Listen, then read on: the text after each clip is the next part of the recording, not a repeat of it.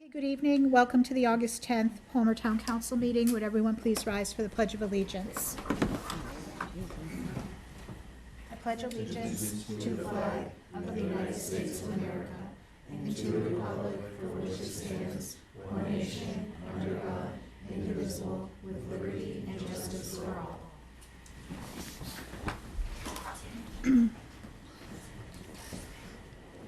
So our first item on the agenda this evening is a community spotlight, so I will turn that over to Brad. Yep, and actually I'm gonna kick this over to Ashley. We had a Pathfinder Regional Vocational High School student work with us on our website design, and as you guys know, Ashley took the lead on it for us, so Ashley, feel free. Hi, everybody. Jacob, do you mind coming up for a second? I just want to introduce everybody to Jacob. As Brad said, he's a student at Pathfinder. He was in our information technology co-op over there, and he was instrumental and kind of my right hand through the whole website process. Did you want to say anything about the project? Jacob, the microphone's right here.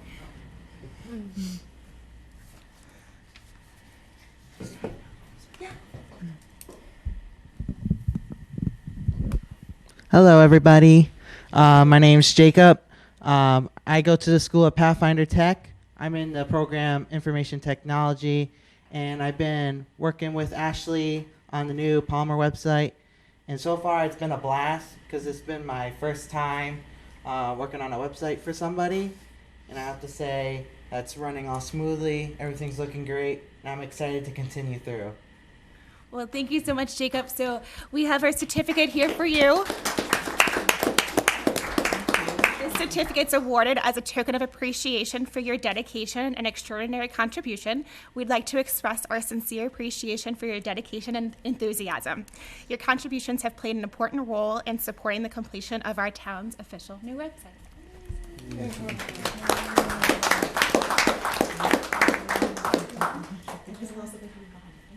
Thank you. Thank you, Jacob. Thank you. Thank you. Next item on the agenda is visitors' comments. Does anyone like to speak? Seeing none. Next, we have approval of the minutes of July 13th. Any comments or questions on those? Do I have a motion to approve? I'll make a motion. Second. Motion by Jess, second by Carl. All in favor? Aye. Aye. Opposed? Abstentions? Okay. We're going to just skip briefly before we start the public hearings. So the first item under new business is a Lemonade Day proclamation. Lemonade Day is, I don't know, did the proclamation still end up down there? Thanks. Yep, August 22nd. And did you want to talk about, did someone want to talk about it first? Or Sure. I okay, have a thank you. quick note from Julia. She's the community coordinator for Lemonade Day. She says, good evening, oh my goodness. Good evening, everybody. Thank you so much for taking the time to have us here as the Lemonade Day 2026 proclamation for the great town of Palmer. I want to thank everyone for their support as we continue to host and grow this nationwide program. The group of young entrepreneurs standing before you have both been a part of Lemonade Day and new to the program this year. We're so excited to have them sign up. We currently have 12 stands located all around Palmer from 12 to 3 on Saturday, August 22nd, and we'd like to invite you and the entire community to come and support our amazing youth during the 3rd annual Lemonade Day Palmer. So before we, are you going to post the locations? Yes. Of all the different sites to visit? Okay, Yes. perfect. We have a brochure with a printed map as well as an interactive Google map so you can also use a QR code. Everything will be launched on the website later this week. Okay. So I understand that there are some of you in the audience that did Lemonade Day maybe last year and are going to do it again. Do you want to talk about it? It'll be okay. We don't bite. I gave a speech to him last year, but I think I talked to him okay. If you want to just tell us your names and maybe what grade you're in and what you liked about doing Lemonade Day last year. My name is James Janice. Grade? What grade are you going into? I am going into 6th grade.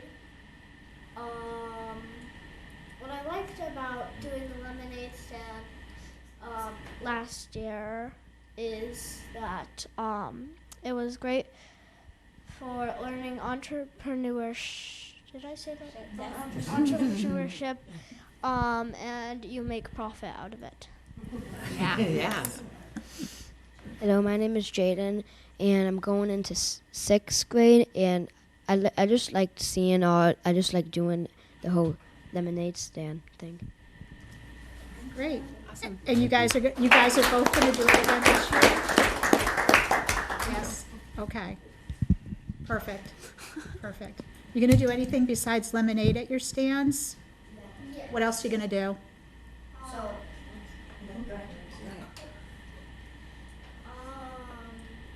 We are doing cotton candy. Ooh. My sister's doing stickers and pins, and I am doing 3D printed pins and wood burning. Wow. And how about you? I'm gonna be doing board houses. Board houses. Yeah. Nice. Nice. Okay. Well, I hope you have a very profitable lemonade stand. You'll have to come back and let us know how you do, okay? Thank you for coming. I know it's not easy to get up in front of us, so you guys did a great job. All right, I'm just going to read the proclamation. August 22nd, 2026. Proclamation, August 26, 2026 as Lemonade Day Palmer. Whereas Lemonade Day is a free community-wide educational event providing children with the opportunity to learn and apply entrepreneurial thinking and create a foundation for success in the global economy. And whereas Lemonade Day exists to infuse today's youth with the spirit of enterprise, teaching the basic business and entrepreneurial skills necessary to become successful, contributing members of their communities. And whereas Lemonade Day has a core philosophy of spend, save, and share that is implemented by teaching children how to start, own, and operate a business, learn goal setting, develop a business plan, establish a budget, seek investors, provide customer service, and give back to the community. And whereas Lemonade Day offers opportunities for families, businesses, schools, youth organizations, faith-based communities, neighborhoods, institutes of higher learning, and governing agencies to unite for a common purpose to train the next generation of entrepreneurs. And whereas Lemonade Day is an event that demonstrates to young people of the town of Palmer and surrounding communities that they are important and citizens care about their future. And whereas the town of Palmer salutes and commends organizers, volunteers, and participants of Lemonade Day, a program that advances life skills, character, and entrepreneurship, and extends best wishes for a successful and rewarding observance. Now therefore be it resolved that the town of Palmer hereby proclaims August 22nd, 2026 as Lemonade Day Palmer and encourages all residents of the Palmer area and surrounding communities to participate and have a role either by selling or buying lemonade. And it's signed by the town council. Okay, thank you. All right. I did have one thing just to piggyback off of that. Sure. I had received an email from the Board of Health just reminding everybody that only commercially prepared and prepackaged foods are going to be allowed to be able to be sold during the lemonade sale. Thank you. All right, and then the other item on the agenda that I wanted to do before the public hearings was the Palmer Cultural Council update. Lisa Newton, who's the chair of the Cultural Council. Hi, everyone. Thank you for letting me come and update you on what's going on with Palmer Cultural Council. We are in a transition year where a lot of wonderful leadership has changed, and I'm moving up as a member into the chair position, and we are recruiting, although that is going very well. So that is good. We are always looking for new members, and you'll be learning about that a little later. I just wanted to update a few things really quickly. I wanted to let you all know that we are coordinating well with the town council, other committees. I just lost my train of thought. And so that we are sharing and updating our social media a lot better, and that we're sharing resources, and that coordination is really stepped up, and we're really excited about that. The new website is awesome. And for last year, all grants were funded, all events happened, things were great. And the new application process information, if you're interested in applying, is on the town website, on the PCC page, but also on the Massachusetts Cultural Council page, and it's information on how to apply. The application is not open yet, but will be soon. And finally, I just wanted to talk to you about how we think about the grants. We use community feedback and the town surveys that have happened to put priority on what grants we look at. And those priorities right now are usage of community green space for entertainment and use for the community. Supporting teens after school is a community thing that people are wanting us to support, and supporting senior center events, and grants that basically serve the most people in Palmer as possible. And that is all. Thank you so much for letting us update you. Perfect. Thank you so much for coming in, really appreciate it. Thank you. Thank you. All right, now we have 3 different public hearings. The first one is at 6:35. It's a public hearing for the zoning amendment ordinance 2027-01, Chapter 171-5, Table of Use Regulations. Do you have a motion to open the public hearing? Make a motion. Second. All in favor? Aye. Okay. The public hearing is opened at 6:45.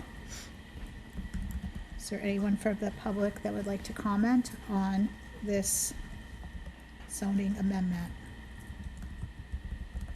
Seeing none, do I have a motion to close the public hearing?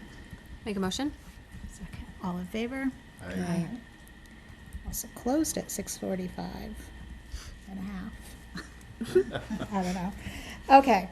Second reading for this ordinance is,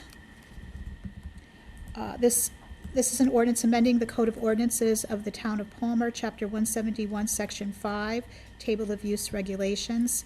The purpose of this amendment is to include previously undefined and new uses within the definitions section of the ordinance, and to amend and reconfigure 6 articles of Chapter 171, Articles 7 through 12, so as to compile all use regulations for the residential, commercial, industrial, and village center zoning districts into a single unified table.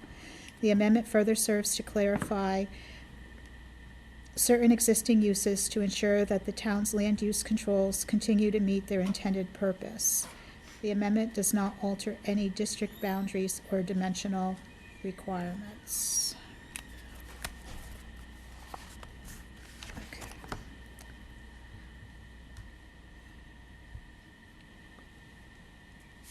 We are not doing a vote today, though. We can. No, we do it at the next meeting. We can. It was a way to move along, to be honest. Can we? Yeah. There's our charter that prohibited it. Oh, okay. Read between All the right, lines. all right, so, seeing as there is no,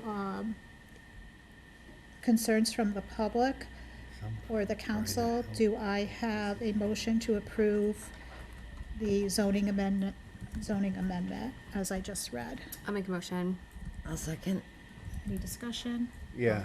What's this coming about for? What's So- the reasoning? Yeah, before I kick it to Max, I just want to note, this was in my town manager's report, but obviously Max is in front of us now. Heidi Manarito, unfortunately, was the town planner. She took a position closer to home, with Westboro. And, for an interim basis, I have promoted the administrative assistant in the office, Max Bolil. Might have butchered your last name, Max. I apologize on that. And Max is he's been with the department now for over 2 years. I think you started maybe a month after. I think you were actually my first hire when I came on board here. So Max started about a month after I did, so just over 2 years now. And he's working on his master's degree in planning. So not completed yet, but in works. And I'm excited to have him. And we felt for the continuity of the department, and he has a good background on what's going on to continue on the interim basis. So Max, if you want to answer that question, that'd be great. Yeah, so we've been working with Pioneer Valley Planning Commission to kind of combine all the uses into one chart. just so it's easier to read. We're not really changing all that much. It's more so just making it more user friendly for us reading it as staff, and then also residents, businesses coming in. And then there were some uses that were called out, but were never kind of defined, and now we're defining them as well. Okay, who is this gonna help? Who is this gonna hurt? Well, I don't really think it hurts anyone. It kind of just makes everything more clear. And it really is just like reorganizing it into one chart. So it's not in separate different spots in the ordinance. Now it'll all be in one place. So it should just be organizing the mess. Yeah. It's Yeah, it's it's just- removing redundancies and consolidating some language. Okay, I understand now. Thank you. And it also defines, like, the definition then defines what the intent of the Correct. ordinance is, so it offers clarity when you read the definition as to what is meant. Yeah, because there were some uses that were kind of called out previously that had no definition. So then it's kind of up for interpretation. But we want to make it clear what we mean. So. You mentioned that there weren't too many changes, but what would like a few of those be? Okay. So like dog kennels were one that weren't called out before. So now we have a definition for that, and where it's allowed, which I'm not entirely sure of the exact zones. I'd have to take a look at it again. But that's now called out, like microbreweries. That's another one that was not defined. We now have a definition for that. And so that way, so when people look at it, they can kind of see, okay, this is allowed, because I believe that is allowed in more spots. And those are the big two that come to mind, I guess. Okay. But just to reiterate, Max, there was nothing got added on that already wasn't accepted, Yeah, correct. which I think that's the big takeaway. Nothing's becoming more or less like permissive because of the consolidation. Exactly. Okay. Okay. So if you look in your packet and the documents that relate to that, anything that was added is in red and underlined. Gotcha. So as he said, microbrewery, micro distillery, micro winery, Yeah. quick vehicle servicing. Oh yeah, the vehicle servicing, and then there was vehicle repair, and there were like two different uses called out on the chart before, but now I think we have two different definitions.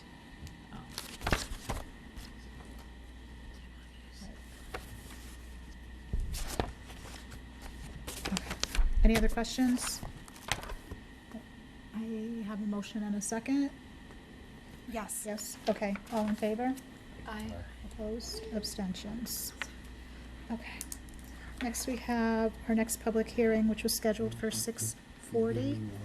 Thank Do you. I have a motion to open the public hearing for zoning amendment ordinance 2027-02, chapter 171-89 accessory dwelling units? Make a motion? Motion by The town Jess, better. second, I'll second it.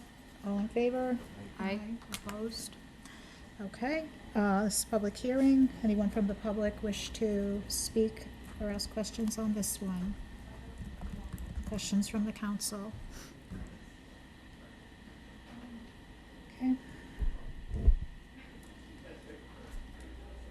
I'll close the public hearing at 6:50. Do I have a motion to close? Make a Motion by motion. Jess, second by Carl. All in favor? Aye. Okay, second reading. This is an ordinance amending the Code of Ordinances of the Town of Palmer, Chapter 171, Section 5 and 89, relating to accessory dwelling units, ADUs. The purpose of this amendment is to update the town's zoning regulations to comply with recent changes to Mass General Law, Chapter 40A, regarding accessory dwelling units.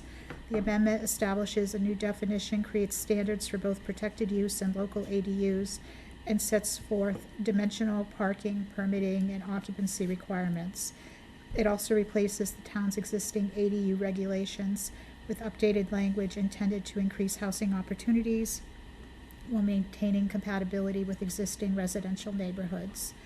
The planning board has recommended approval of the proposed amendment to align with the town's zoning ordinance with current state law and regulations governing accessory dwelling units.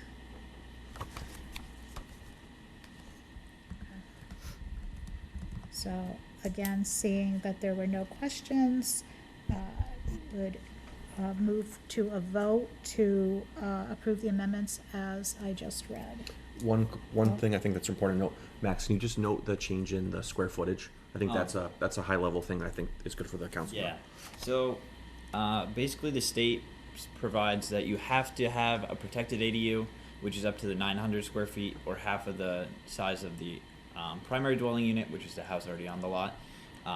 Or you can allow for a local ADU, which we decided to allow for, and that's up to 1,250 square feet or half the size of the house. So it'll still be, I guess, the character of an ADU, because still half the size, but for the local ADU, we are allowing up to 1,250 square feet. So. Or 50%, Yes. whichever's smaller. Yep. Max of the 1250.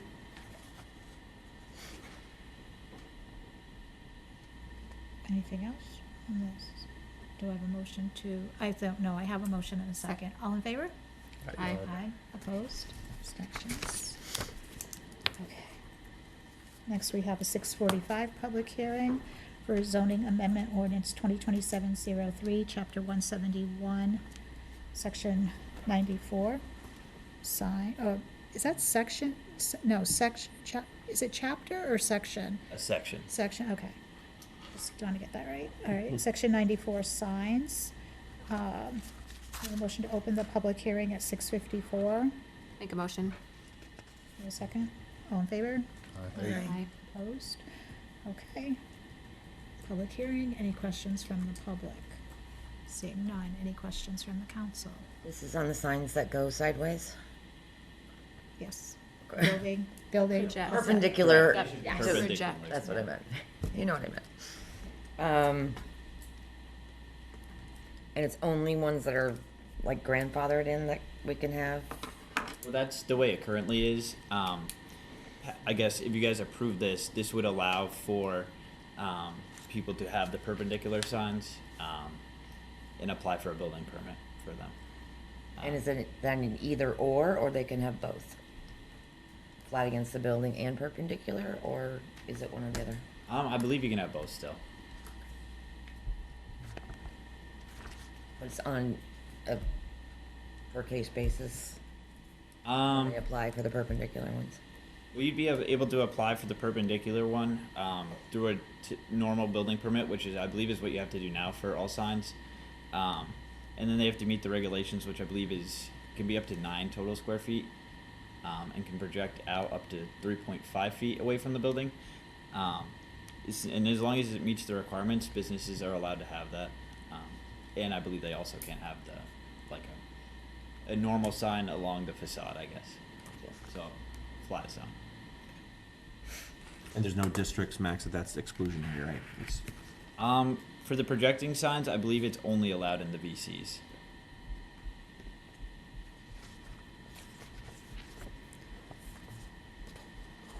Anything else? We have a motion to close the public hearing at 6:56. Make a motion. Is there a second? All in favor? Aye. Opposed? Okay, second reading. This is an ordinance amending the Code of Ordinances of the Town of Palmer, Chapter 171, Article 17, Chapter 174, Section 94 signs. The purpose of this amendment is to establish regulations for blade signs within the village center B districts. Blade signs are defined as small two-sided signs that project perpendicular to a building and are intended to enhance business visibility for pedestrians. The amendment sets standards governing the number, size, location, height, projection, and illumination of blade signs, while also clarifying that these standards may not be modified through the special permit process. Okay. So we'll move, again, since there was no concerns with this, we'll move to a vote. Do we have a motion to approve as the amendment to the ordinance as I just read? Make a motion. Motion and second. All in favor? Aye. Opposed? Abstentions? Okay. Thanks for coming in, Max. Thank you guys. Good luck in your interim position. hmm. Or acting, what did you say? Thank you. Interim, okay. I'm sorry. Thank you guys. Have a good night. You too. Okay, next we have the appointment of Victoria Randolph to the Council on Aging with a term to expire June 30th, 2029. Actually, if you're okay with this, I'm gonna do all of them. You guys okay with this with one vote? Appointment of Mary DeSantis to the Cultural of Aging, Council on Aging with a term to June 30th, 2029. Jennifer Jerome to the Palmer Redevelopment Authority with a term to June 30th, 2029. Carolyn Callahan to the Palmer Cultural Council with a term to June 30th, 2029. Mary Thompson to the Conservation Commission with a term to June 30th, 2028. Do I have a motion to approve all those appointments? Make a motion? Okay. Second, all in favor? Aye. Opposed? Okay. Next, we have the warrant for the 2026 state primary election. Was Sue coming in, or? I thought she was. I guess not, though. Okay, Let me see if well, she's available. okay, we'll just skip over her for a minute. Okay, we have ordinance 145, stormwater management ordinance revision review, just laid in. You want to come up, Jess? How are you? Good. Did you want me to introduce it, or? Sure. Okay, so everybody should have this in front of them, is that right? Yes. With the track changes? Okay, so the numbers are a little wonky in E-code, but just looking at the language, I think is the most important thing for now. So we have chapters 144 and 145 that we're going to be hoping to combine into one package of an ordinance. And so this hasn't been updated since about 2011, so it's been a while. In 2008, this came in front of the council, and then back again in 2011. Again in 2023 for a first and second read, but then never was approved. So I'm not sure, I wasn't here at that time, so I can't really speak to what happened then. But this ordinance before you, this says is it would clarify definitions, update minimum requirements, and standardize procedures to streamline operating among not just town staff, but also to give the public, a clear path forward for if they have a project that's either under an acre or over an acre. So rather than doing like less than or equal to 25% of floor space or employees or parking, it's pretty simple just to think about the area of land that is being disturbed at one time. Mm-hmm. So that's what the track changes show. So reading through that's going to be really helpful, I think, in order to answer any questions anybody might have. And then on September 13th, will be the second read, and we're going to have a consultant from Ty & Bond that helped put this together and has been a part of this throughout the years. She'll be here to answer questions pretty in depth about maybe just in more detail than we can answer, like what happened back then versus what's happening across the state and why are we implementing these changes. How are those changes going to affect like the typical homeowner? I think it'll be a little bit easier to understand. So right now, when you look up the ordinance, for example, it says a small development project is less than 25% increase of floor area or traffic to the home or parking. But then it gets a little bit gray, and it doesn't actually always benefit the actual system in place, like the stormwater system in place. Whereas, and you had to apply for a permit through DPW, so now it'll be a stormwater authority, which could change over time depending on who, might be best suited at that time for that role. With the planning board taking the large scale permits, because that will have some peer review needed, and that will be over an acre, and that will be a permit, like a full scale permit. Whereas the stormwater authority, which at this time is conservation or me, it's kind of already what I'm doing for wetland projects, where it's like just making sure erosion controls are in place during construction, checking them out before, during, and after construction. Just kind of like streamlining the process a little bit to make sure that, and it's not necessarily a permit, but that's an application.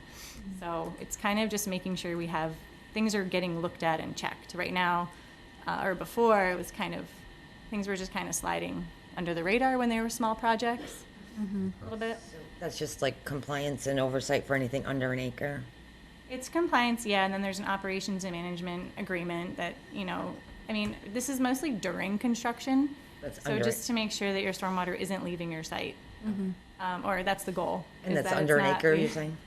And for a large scale, over an acre also, but then Okay. yeah. Without the permit Right. per se, it's just the oversight, okay. It's more just in-office reviews and conversations back and forth, yeah. Whereas the large scale, it becomes a EPA permit, you know.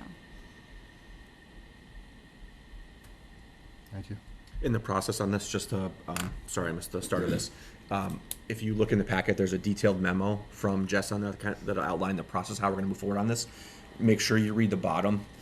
I wish I could say I was surprised, but our ordinance numbers are a mess. There's actually ones that got adopted back in 2008 and 2009 that call out chapter, I think, 118, when realistically we approve them as chapter 145. So all of them are in your backup if you follow it correctly. And if you have any questions, let us know. But if you look at our E-code, which is what the common public views all of our ordinances on, it's listed under 118, which is, again, that got changed back in 2008, 2009. So like everything else, as we find these, we're correcting them moving forward and readjusting them. And these ones specifically, once we move forward on adoption or changing them, we'll input them correctly. So these ones will be right on E-code going forward. But just make sure if you're looking in E-code to reference these, they're called out in 118 right now, and that's detailed on the memo. And it's going to be 145. Yes. It's currently 118. It actually is currently voted for 145, but if you look in E-code, it's labeled as 118. And this we're using today, this was just going to be a discussion. The next council meeting will actually be the first read, so there'll be a lot more time to ask questions, and a tie and bond rep will be here to walk through anything. So you have a month to really comb through it and then highlight any questions you guys have. Okay. Is this gonna, I've noticed that there's a lot of, like duplicate words in the document. Is that because, Where would that be? so I noticed on, Which document are you referring to? the stormwater management. We've got three What of them page are here. you on? So under chapter 145, section, B, under the first, like, purpose and authority. Number 2, there's Palmer's twice in the second line. Wait, that's, Oh, I don't see that. Are you Me looking at too. the red line version? Yeah. I do, yeah. Yeah, you see it. Yeah, it It's is, on the yes, red line it is version. on the are red you line looking at the Word version. document or The red line version. Okay. Yes, it I is a don't have Word that. document, yes. Oh, yes, okay. It's not redlined in mine. The red line starts like on the next, on, Yeah, the red line's D only for what's waivers, changing. Right, but, okay, so Palmer's should, okay. B2, Yeah, we can, and it can be edited. I Right. don't know if I'm seeing the same thing as you. Are you looking at 118 I was wondering, like, it could have been some glitch of, like, how it. A hard copy versus Right, a how it electronic. got. Do you want to have trans- another copy sent? No, I was just like, I just noticed that there's a handful of those in the document where it's like stormwater, this, Palmer. So I just, like, I'm assuming that there's some glitch in how it got transposed to us, because to have that many mistakes seems Happy like to you can't. resend it just so you have Yeah. it, because I don't have that. Okay, yeah, no, as long as those kind of I honestly grammatical think it's just a things. printout copy. That happens to me from time to time, that the changes are actually, when you print it out live, they're actually made. And sometimes Oh. they show duplicate on the online version. this is the Word version. Doesn't show like It's red showing line. every track change maybe, and not like a Exactly. consolidated version of the final. Or We'll Jess and I will get together, and I'll send it to everyone, so we're working off the same document, Okay. which we could be now, but We could, yeah. I see like where there are red lines, Okay. but then I also see like non-red line duplicate But words. it also looked like when you just held up yours, that there was red lines from the More beginning red of the lines. document that we don't see. Yeah, so it looks like there's things that are not redlined on our screen. I don't have red lines here. But like the red line is Okay, we down. can easily We'll make resend. sure, we'll make sure that you have. Okay. So, For next meeting. Yeah, Before another- next meeting to review. another example is 118-4, section C, I believe. There's just like run-on stuff with no spaces. CE. Yeah, We'll make sure 118 we get you the right one for next meeting, Yeah. to review before next meeting. Was this something that you wanted to go before the ordinance committee, or you wanted to go before the whole council? we're comfortable with it, like, where it is going right in front of the whole council. Okay. Yeah. Especially with working with time bond on it. We'll make the Webster Yeah. Yeah, it's just, Okay, so for the next meeting, you are asking that everyone read it, if they have any questions regarding the changes that are getting made, or just any questions in general, to be prepared with those questions, so that we can move right from the first reading into hopefully. We'll have to, no, this is Well- where, this is the reverse one. We'll have to do the first read, then we'll have to post for a public hearing. No, I understand, but the goal is while that she's the first reading, Will kind of act as the public hearing in a roundabout way. It technically won't on paper, but that's where I would like all the questions to be brought forward. right, but if there's anything that needs to be changed, we're gonna be wanting to do that during the first reading, and if it's substantial, then if we have to do Start over again. start over, we Yep. will, but the goal is that we address all that first reading as opposed to getting to public hearing. Exactly. Right, okay. Okay, so, and then just one question, so when you're saying like properties that are an acre or more or large scale. So it's the but- disturbance of an acre. So if you're like clearing an acre, for example, so not the property Not the being whole an project acre, itself. right? Like you could Okay. have a property that's 1.2 acres, right, but only be disturbing like a quarter of an acre. So that would be a small application. Yeah. But that would still, there would still be, would that be addressed in this ordinance? Yes. Okay, So that's what it kind of, it defines it, on page 2, at least on mine it does, where it says 118-2 applicability. And so it talks about 118-2A, and then number 1 and number 2 are that's where it kind of separates it out into the stormwater management approval, sorry, not the application approval, versus a permit. Okay. And so you're always talking about disturbance when it talks about the size. Yeah. so you're saying if you have 100 acres, but you're only disturbing a Right. quarter of an acre, it's Right. on the lower, okay. It's all about like how much land is opened up, for possible movement of soil or runoff. But there still would be potential that some stormwater management would need to be done. Because I mean, it's the smaller Yes. projects that Yeah. tend to cause So that would be the. some issues, yeah. You would still need to show your plan where you're going to put your erosion controls. Yep. And then it would be up to me to make sure, to work with the applicant to, Right. before, during, and after. Yep. To make sure things are going as smooth as possible. Okay. You said before that this is gonna kind of fill in that gap where they go under the radar. Is it gonna be like a larger workload for your office? For me, Yep. well, I'm already doing erosion control checks for projects, for wetland projects, and so it'll be similar. I think it'll just be like adding another site visit, that day when I'm already going out and about anyway. So I think it's doable, and I'm interested in it anyway, so I think it's important. So I'm happy to do it. What if someone puts in a farm and they're doing a big hay field? They have to apply that to the hay So field? there are some agricultural exemptions. Oh, okay, yeah. It just depends on which part of the land, and is it a commodity or is it like a hobby farm? It depends. Okay. Usually it depends on if Don't you're wanna making money or not. Farmer. Hmm? Don't want to impede the farmer. Exactly. There are exemptions. Yeah. The idea is it's all about during construction. So it's not like a long-term, plan. People should have it under control once the site is stable after construction's over. Thank So you. Good. But just to be clear, it's not just construction, right? So if people were if people were removing a bunch of trees, Mhm. that can lead to erosion Right. of a hill or whatever, and then washing you'd have to away. stabilize it somehow. So Right, once but the site is But stable. that would be part of this, correct? Mm-hmm. Okay. Yeah, so the construction part for that would be the actual clearing. Right. But then it's not over, like, you're not gonna grant them, completion until it's stable, Yeah. whatever, So however. it's not construction like what people think of, like Right. you're putting stuff. Disturbance, I guess, structure- is what you right, could okay. say. Just Yeah. making sure. Okay. Yeah, I think that's the language they use, sorry, I'm just, people are used to hearing. Yeah, no, that's fine. I just construction. wanted to make sure. Mhm. You can call it development or disturbance. Yeah, okay. And just unrelated to this, speaking about tree removal, did you ever hear back from the railroad? I tried, and it's really hard to get in touch with the right people. So last year when I contacted them, they had said, we'll try to figure out how to remove them, and then it was Northern Tree. I think we figured it out, and then it's really hard. Yeah. I know. So I can try. I can keep trying. It's on top of my list. I keep saying circle back. Okay.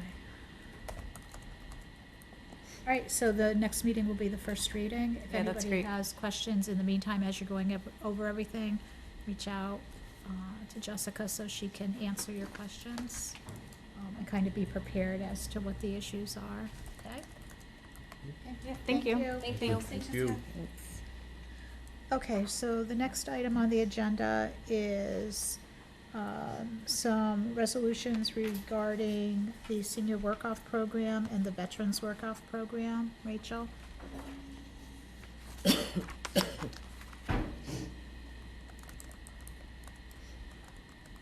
And so for Jan and Ryan, so Rachel had come before us, I think 2 months ago now, so about. July 13th. Okay. And we had given her some feedback on some things that, so she'd come forward with some proposals to the rules being changed and updated, and so we had given her some feedback, and now she's back to update us and what she implemented based on the feedback that we had given her originally. So, well, it's twofold, because we're also looking to introduce a new program for the veterans. Do you guys have the red line changed? Okay. Do you want to start with the senior program, because that's really kind of just a Sure. quick revision? Yep. Do you want me to go through each section, or do you have any questions?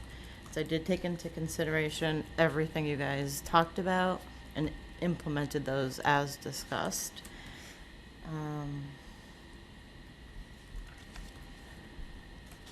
Main highlights was keeping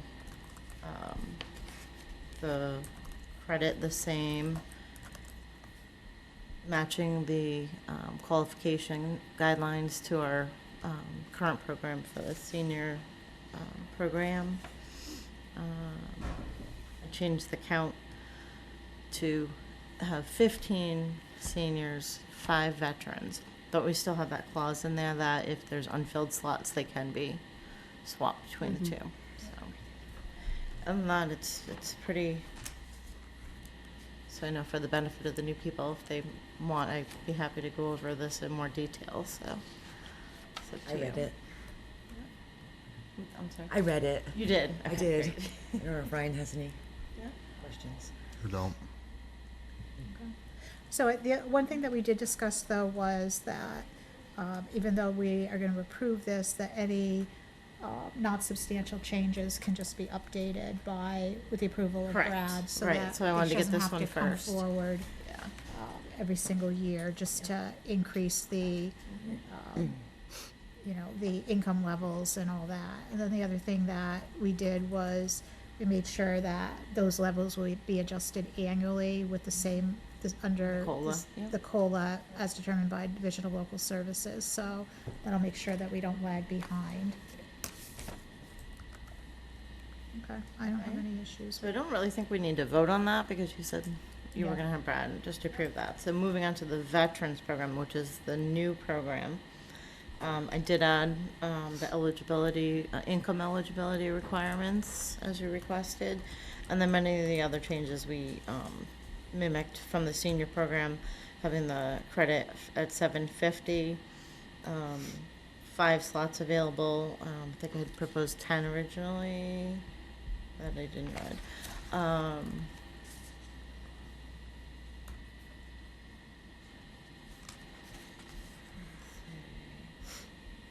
We've got it 50 hours rather than 66.67, so it's a even number. So there wasn't a whole lot of changes in terms of that program. The proxies we added in about the W-2s. I would just suggest that anyone who's going to be a proxy, that you potentially do another piece of paper where they're signing off and saying that they. We're gonna actually have them do a full onboarding packet. That would be the, okay, A proxy. okay, Yeah. okay. Yeah, it's just that they'd be doing it on behalf of somebody else. Right. Because then they become liable for the Taxes, yeah, yeah. Okay. So do we already have I'm sorry, I'm forgetting. Do we already have the veteran work-off program? We do not. This is brand new. Okay, that's what I thought. So I don't see that we have is there a resolution in here to? Yeah, there should be. Not Your resolution 2. I think 1 we were not going to vote on because Should be 2703, I think.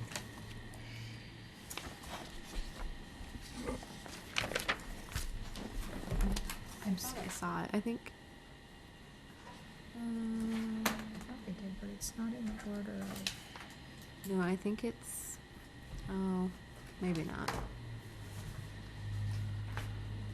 I can go grab the copy from July 13th. I can probably figure out the wording in a second. I don't have it in my new stuff.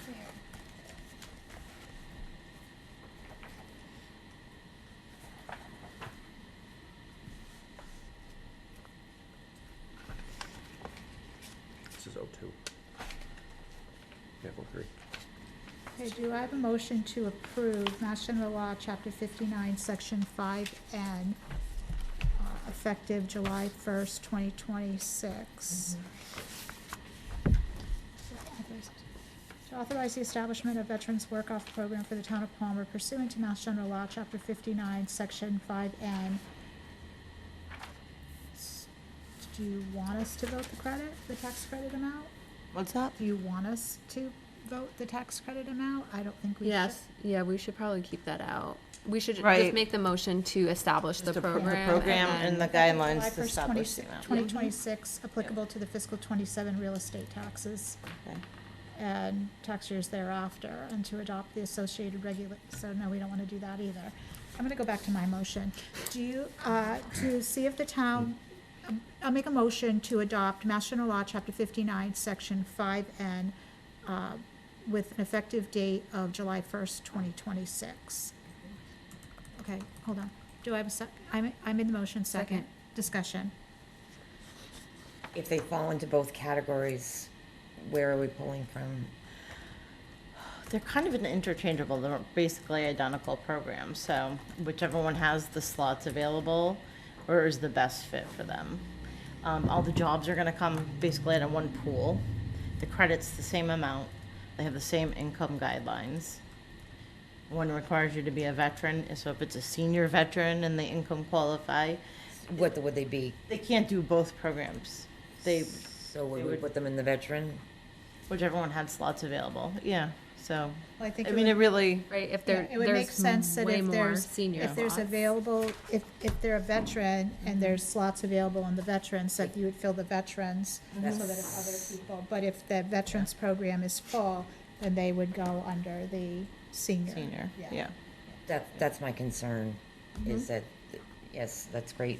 Both are very, beloved categories, but I think we would have more on the seniors than on the veterans. And we do have more slots available for the seniors, and they are interchangeable. So, like, if the veterans are full, Okay. and we have another veteran apply, but we have open senior slots, we can, with agreement between both all overseeing parties, put that person into the senior program, even though they're a veteran.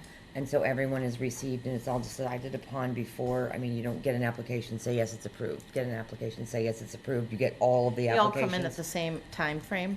And, okay. Yeah. So Someone could apply like mid-year if a job came up that was needed and we had an open slot. Because that does happen, the school or somebody will have some like special project that'll come up and they need help.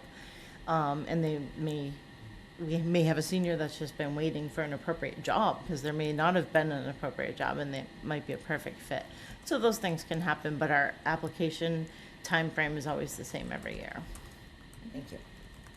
Any other questions? A motion and a second, all in favor? Aye. Opposed? Abstentions? Okay. Thank you. Yep, thank you. Thank you, Rachel. So going back to the warrant for the 2026 state primary election, we just need a motion to sign the primary warrant. Do I have a motion? Make a motion. Second. All in favor? Aye. Opposed? Abstentions? Okay, and I will pass that around for everyone to sign. Sign 2 copies, please. There's 2 there. Thank you.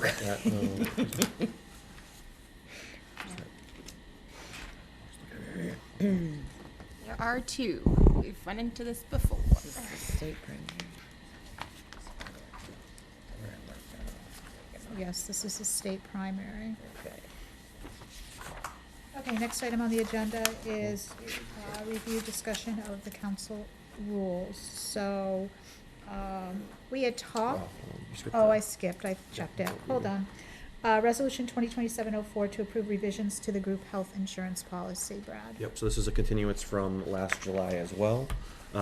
If the group that was here remembers, and for the new members, a question came up in regarding someone who was not actively, I should say, a retiree who was not on our plan currently, if they could join at a later time. The way the policy was previously written and the way the policy is adopted as of right now, it does not allow for that. So if I'm a retiree and I've never either had insurance or I opted out after I retired, I'm not eligible to come back on.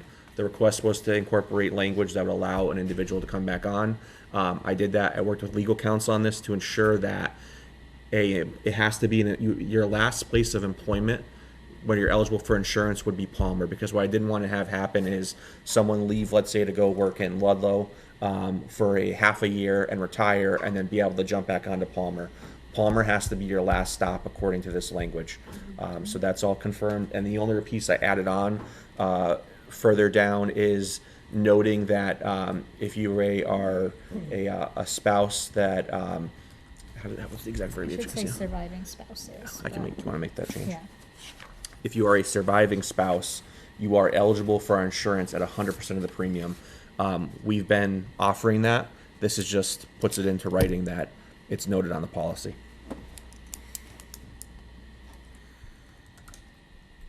So I will make that change. So that sentence will now read, surviving spouses of deceased town retirees are responsible for 100% of the premium cost.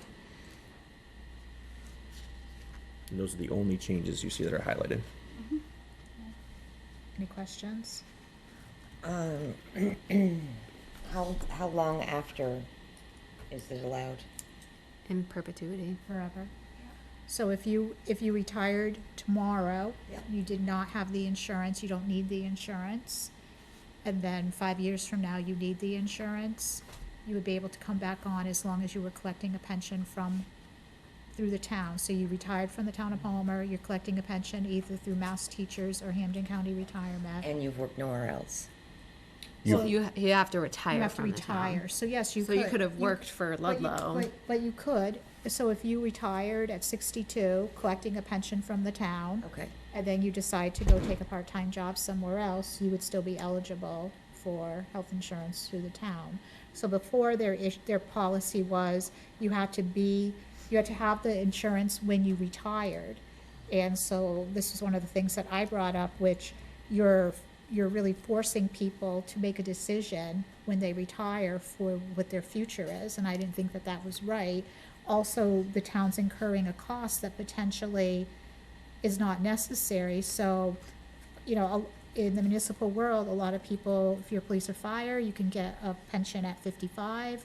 I know we don't have fire here, but that's, so police. A lot of people take early retirement. So if you retire at say you retire at 62 or 63, and your spouse is still working, so you have the insurance through your spouse. The way the policy read, if you want to have an opportunity to take the town insurance, you would have to break from your spouse and come on the town plan when you retire. But the way I looked at it is you have the opportunity to be covered under your spouse while your spouse is working. That's saving the town money from not having to pay those premiums because you have insurance elsewhere. But we don't want to penalize that person in the future if their life situation changes. So spouse potentially, these are just examples, but spouse retires, works in the private sector, doesn't have insurance, and now they can jump back on the plan.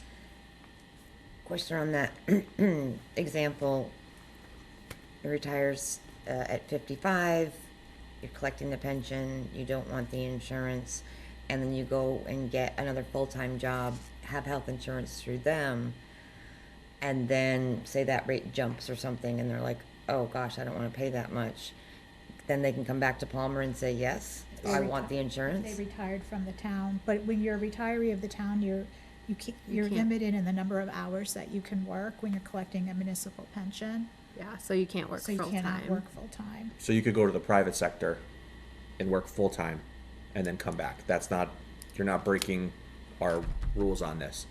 But you can't jump to another municipality. No, I'm saying, yeah, private, you know. Yeah. So, you know, he's a fireman, he gets 55 and he's bored, and then he's like, well, I'm gonna go do, you know, inspections of, you know, private business. And he has insurance through that company. You'd be able to jump back on, because your retirement After, it could be 10 years later. Yep. could be 20. That's So how pretty do we good. budget for that? It's a good question. It's an I- unknown right now. We don't know Scary. who we don't know. But at the same time, I do know of a few cases that people have reached out to me because our premiums have gone up so significantly that they want to actually drop and then add on at a later date when maybe when they hit 65 and can get on the Medicare plan. So to say, I mean, it is hard to budget that number because we don't know what we don't know right now. But at the same time, it could actually be a cost savings to us, but it also could be a added on burden to us and burden cost. In my experience, it's not, a lot of people do not Okay. come back on. Okay. I don't see it as I don't see that happening. I see a bigger savings on the front end than those people that would come back on later. And also with, you know, the Health Connector and different options now, a lot of people opt to just go on the Health Connector as opposed to get their insurance as a retiree through the town. Mm-hmm. So Because this there's is so more many expensive. options. I don't, not gonna be a big surprise, like in I don't believe so. 5 or 10 years. I it's haven't people seen coming it back. in Okay. a very long career. Concerned about the long-term budget. Thank you. We can always circle back to it too, and if it does become an issue, we could cap it and say only if you're pre-existing you can get on it. I mean, we can assess that as we go, but I do No know. other insurance options besides this, kind of. You also Well, have to you be, you always also have have to to- be retired from the town, and so, Yeah. Our exposure, I think, is pretty limited. right, Okay. okay. Do you have a motion to approve as written, with the exception of adding surviving to the section on spouses? I make a motion. Second, all in favor? Aye. Opposed, abstentions? Okay. Now review discussion of council rules. So, I don't know if anybody looked at them, but, we did update them recently, but, one of the things that I did not have time to, research, we talked at the last meeting how, like, when we do the reorganization, it's a little bit awkward that, like, Brad has to take over and then we pass it back and forth. I don't know if that's something that is required or if we can streamline that a little, so, that was the one thing that I thought we might potentially want to, unless, I did see Southbridge has a pretty similar format that we do. It's not as back and forth. I think the town manager does the whole the whole thing. So Yeah. maybe Brad, if you could like check into that, and I'll do a little research too, I just didn't have time. Yeah, if So you is watch the- Southbridge's first meeting of the fiscal year, he does it at the beginning. So just They probably have council rules too, cause they're council form of government, so you can check that out. Okay. But if you haven't read through these, I mean, these are the rules of how we function as a town council. So, once we have an answer, we'll bring that back as an agenda item, and we can update, but for now, I think these are good to go. Okay, next is discussion of council subcommittees. So, everybody has the, 2020, so July 2026 to June 2027 town council subcommittees. I'm also working on putting together like a comprehensive, explanation of each of the committees, beyond the little bit that I said at the last meeting. So, I'll work on that with Brad. I hope to have that for everyone's review at the next meeting, just so you have that for your records. But, so, just, for Ryan and Jan, so the ordinance review, that committee, I think it would be helpful for you guys to be on it, only because you know, being brand new, being able to interact with other departments through this committee, and we had just done a review per the charter of the ordinances. It was an ordinance review committee. They couldn't make substantial changes to things, but they did look in depth at the different ordinances of the town. And so we were given their recommendations 2 meetings ago, I believe. And so that committee is going to have to sit down and go through all those recommendations and make a determination of what things move forward for updates. Matt was on that original committee, so I left Matt on that so that he could kind of provide the historical information to be able to move the committee forward. So I think more to come on that, and it'll also be working with Brad. Yeah, go ahead. Update the spelling of Ryan's name on that one. Did I spell it wrong? Yeah, I did. Would be That's what appreciated. happens when I do things at night. Yeah. Just a little H in there. It's all right, it's not in the minutes, so. What? I said I did it in the minutes, so. Sorry about that. Okay, and then Carl, I left you on the economic development as the liaison, okay? And everything else is pretty much status quo. Okay, any questions? And I did reach out to Ben Hood, and he still is interested in being our designee for the Pioneer Valley Transit Authority. Okay? We have some new members, so I think he's enthusiastic to keep that going. Yeah. Okay, so if nothing on that, I will update that and get that back out to everybody, or Ashley will. And subcommittee reports, I don't think we have any. Town manager report. Yep. So as I mentioned previously, our former former town planner, Heidi Manarino, took a job closer to home in Westboro, and we've named Max the interim planning director. So more to come on that. My thought is to give that probably about another 4 to 6 weeks for interested parties to come in. I've already reached out to the planning board chair, who will be part of the interviews, and we'll be looking forward to bringing in one candidate forward. So excited to see where that one goes. National Night Out, I just want to thank everyone in the community who took part in the event. We had a great weather and a great turnout, and what was to believe a all-time high in attendance. So thanks for everyone who came out. 24 Converse Street, Converse Middle School. The RFP I have is finally updated. I worked with legal on that. I need to confirm a few dates for 30B procurement postings. Unfortunately, sometimes the windows are very tight, and if you literally miss a day, you have to wait 14 days to repost. So my goal is to have that out to market by September 1st. And the one note, I know I put this in an email to everyone, but I just want to emphasize that, as you guys remember, the council previously withdrew the 55 plus designation, so it is still geared towards housing, and the base bid is $750,000.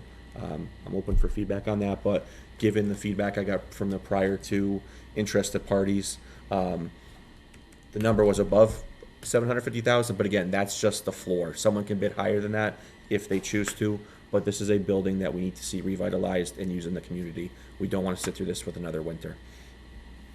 1307 Park Street. We are waiting for clear title and phase 1 environmental testing. Both process has started on each one, and once that comes forward, we're going to prepare to close out and move forward with the acquisition. Excuse me.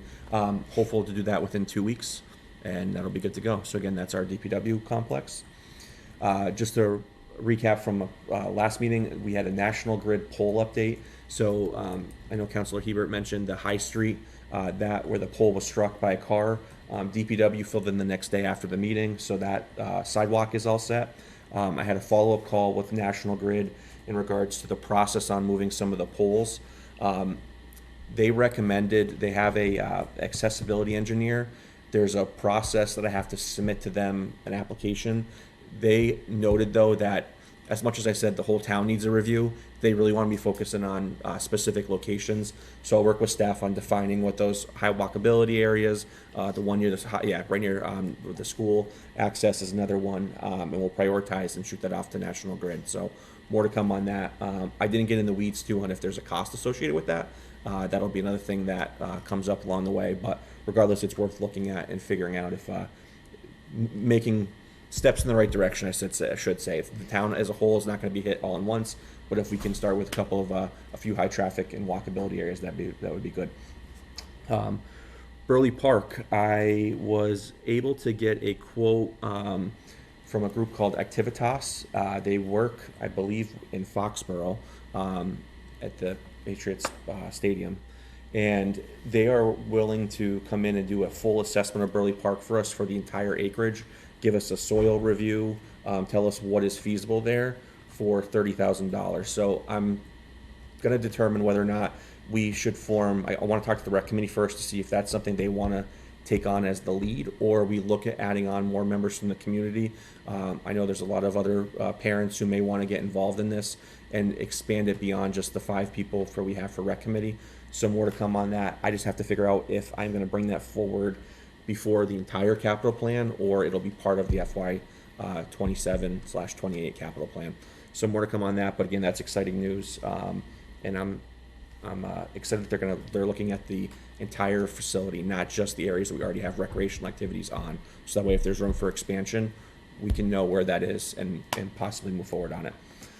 Ashley is meeting with members of the rec committee and DPW staff next week to review our field use policy and fee schedule.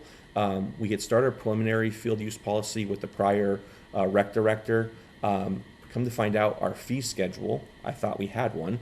We had a draft of one, but we did not ever have anything finalized. The only piece we had finalized, I believe, and we were consistent with charging, is for light usage, not for actual field usage. So we want to streamline that, put it a fee in process, a fee policy in process, and we'll be moving forward on that. And then just my final reminder, I do this every August, school starting in a few weeks. Do not pass buses with flashing yellows. We will find you, and it's not worth the ticket. It's not worth going through that. So please leave early if you have to. Just remember that buses are figuring out times the first couple weeks of school, and please proceed with caution. That's all I got. I just have 2 things. So to piggyback off of the school is almost back in session.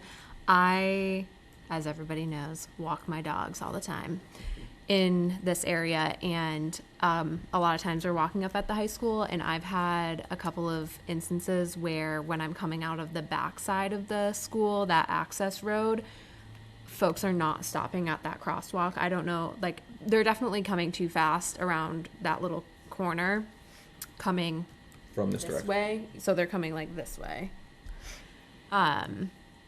That's helpful. They're coming towards Four Corners. And just I'm like in the middle of the crosswalk and they're flashing beacons and still not stopping. So I don't know what the solution to that is. Maybe I know that there's a lot of overgrowth in that area of trees and some weeds. So maybe pushing back some of that overgrowth could increase visibility in that area. And then I lost my other comment about your manager. Did you solicit bids for that field? We technically don't, because it's professional services. Okay. It's exempt, Yep. but I can solicit other. I just have worked with this company before, and I was very happy with the product. Okay. On which project? Activitas, the Burley Park. I had a question on that. Is when you said 30,000, and you said you've had great experience with them. Has that already been set aside in a budget for that? Or? We have. We did not move forward with a capital plan as part of the FY27 budget process. It's going to come in the next couple months, and that we moved money. Usually, we would allocate from free cash to capital. We moved into capital stabilization. So we do have a pot of money that we can use to cover our FY27 capital plan. Well, is it something we could put up on UMass grad students for free? Or Pathfinder. Or less. Or less. Yeah, the reality is getting UMass grad students for free is kind of a thing of the past. I don't think any or less. Yeah. Well, what product are you going to get though? I think where we are, there's some things I'd be willing to say yes, let's work with them on. The tree inventory list is one that we've been trying to get them on board with. Yeah. They also still said that's a paid internship. Unfortunately, I don't think that happened this summer. But for something this detailed in the scope of work, I would say you'd want to go with a professional company. Yeah. But that's not to say we can definitely try to encourage working with UMass Amherst for Yeah, sure 'cause on I other mean, projects. They're supervised for like as capstone Yep. projects or something Exactly. like that. Exactly. Just trying to find ways to save money. Exactly. Nope, I agree. And we're within close proximity. I think UMass is a very underutilized program that we have in our back door that no one, we don't maximize. Let's put it that way. When I was on the rail committee, they did a very nice project program for us, and it was, I think we spent $10,000 on it. And it was much less than what other people were gonna charge. Yeah. I think We it would know be the top helpful for new you to give things. us like the scope of what you're looking for them to do. He's willing to present to the council as a whole for all the deliverables and possibly another project that they came forward with. They're willing to come to a meeting and talk about that. The actual individual who's, I believe, they're going to be the lead on the project is a Palmer alum. So I think they're excited about the project. Okay. Anything else for Brad? I did Very have. good. Oh, you did? Very good. Oh, okay, I'm sorry. I did, just one thing that I actually meant to mention last time and then forgot, but there are weeds growing in the tennis courts again. And we keep sealing and they keep coming back. We did spend a lot of money not too long ago, so I was wondering if someone could determine what the issues are as to why that keeps happening, and if they need to be sealed, we need to seal before, they just start cracking. Yep. And recreation as well, the tennis courts in Palmer are beyond repair at this point. And something. Near Converse? In Yeah. Converse, yeah. Yeah. Yep. We were gonna do pickleball there, couldn't do pickleball, there's too many cracks. Well, we were gonna, Well, we we were were going going to to- update it, but Yeah. then the issue became, and there's The a lot noise. of complaints, and it's a residential area, and so there's a lot of, We had tennis there and it was fine. I lived there Yeah, we always since 1979, played so tennis there. there was never, there's a lot of best stuff we could. about the noise from pickleball is different than tennis. If you just Google and- it, you'll. Oh, I there's know, horror stories but everywhere. We the no, I kids think scream, the band screams, the football people scream. It's really not. I think everyone on the council, at least from the prior council, we're all in favor of pickleball. It's just Yeah. where do we put it? And I think that's what we wanted to wait to master plan Burley Yeah. Park, because even if we can't do the entire master plan, that's one that we can set aside 150 grand and say, let's move forward with phase A, phase A, B, and C, whatever that may be. Yeah. Yeah. But while you said we don't have a recreation person now, is the DPW doing those facilities? Is like who takes care of like the fencing and? DPW's always done that, even without rec. DPW's responsibility for the facilities as a whole. Okay, Yeah. so just maybe they could have a Post-it note up because I forget to call every year, but they need hay bales before the first snow because kids slide under that fence and cut themselves. That is that's the sledding hill. We've had problems in the past with that, and I don't have kids that sled anymore, but I see them doing it all the time. And if they're not going to fix the fence, at least put the hay bales up, please. Is it at Converse? Yeah, it's at Commerce. Yeah. Anything else? Okay. Miscellaneous correspondence? Miscellaneous correspondence. Anybody? Counselors Roundtable? Is there a separate council or committee for everything that's going on with Palmer Motorsports? Who's handling that? That's handled through Brad. I'm sorry? That's handled through Brad as the town manager. It's, okay. And what Brad was saying about Commerce Middle and having it get sold, has it been separated, like the parking in the field and all of that? Yes. So what is actually the parcel that's going to be going? I'll send you a copy of the RFP. Thank you. It'll be the old one because the new one's not 100% finalized yet, but it has incorporated in there what the new parcel is. Okay, and the PC study from 92, were any other documents found within, like, the 2000s or anything later than that? What was that for? Sorry. That was the, for the fire departments. They said there was a study in 1992, and then, I did not find anything. I was told there was one done in the early 2000s. Oh, But the only one I actually found a hard copy from Pioneer Valley Planning Commission was in the 90s, yeah. has they been contacted, Who? the PVPC, to see if they have it? Or would they We have have it. records? We No, I mean found, records beyond that. they don't. They have So whether or nothing. not I don't think PVPC did the revision in the 2000s. Okay. but the document that they sent you was not that was like a proposal. It is. It's not a final report.